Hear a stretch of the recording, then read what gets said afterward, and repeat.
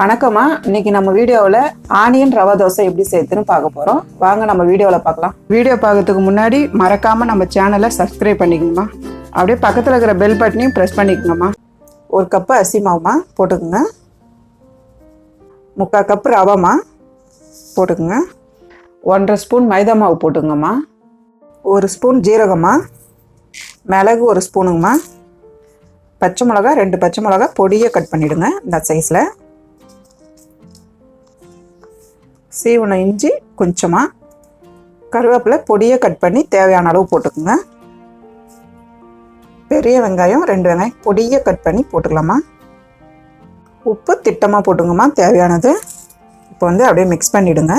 முதல் மாவில் இருக்கும் போதே நல்லா மிக்ஸ் பண்ணிவிடுங்க. பாருங்கம்மா, இந்த மாதிரி மாவாக இருக்கும் போது நல்லா மிக்ஸ் பண்ணிவிடுங்க.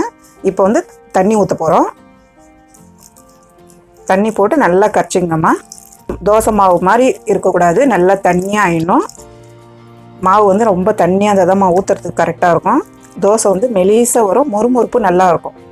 பாருங்கம்மா, மாவு நல்லா கரைச்சாச்சு. தண்ணி விட்டு இந்த அளவுக்கு நல்லா தண்ணியாக இருக்கணும் ஊற்றுறதுக்கு நமக்கு. இப்போ 20 நிமிஷம் ஊறணுமா. மாவு ஊறின பிற்பாடு தான் நம்ம தோசை ஊற்றணும். பாருங்கம்மா, 20 நிமிஷம் நமக்கு ஊறிடுச்சு. ஊறிட்ட உடனே கொஞ்சம் கெட்டியாகும். கெட்டியாச்சுன்னா நீங்கள் இன்னும் கொஞ்சம் தண்ணி விட்டுக்குங்க. இப்போ தோசைக்கல் வச்சுங்கம்மா. நல்லா சூடாயிடணும் தோசைக்கல். தோசைக்கல் நல்லா சூடாயிடுச்சுங்கம்மா.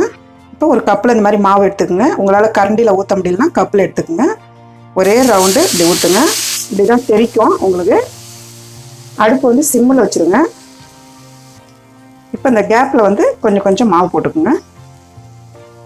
நெய் சுற்றி நெய் ஆட் பண்ணிவிடுங்க. நெய் போடாதவங்க எண்ணெய் கூட போட்டுக்கலாம். நெய் போட்டால் ரொம்ப நல்லாயிருக்கும். ஒரு 3 நிமிஷம் ஆகும் வேகத்துக்கு. பாருங்கம்மா, நல்லா வெந்துடுச்சு. கலர் இந்த மாதிரி ப்ரௌன் கலரில் வரணும். நீங்கள் திருப்ப வேண்டியதெல்லாம் இல்லை, நம்ம அப்படியே மடித்து எடுத்தாலும் போதும்.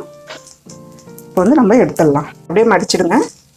பாருங்கள், கரெக்டாக சூப்பராக வந்துடுச்சு.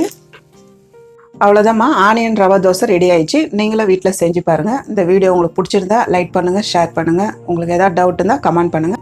அம்மாவோட வீடியோஸ் சுட சுட தெரிஞ்சுக்க மறக்காமல் நம்ம சேனலை சப்ஸ்கிரைப் பண்ணிக்கோங்க.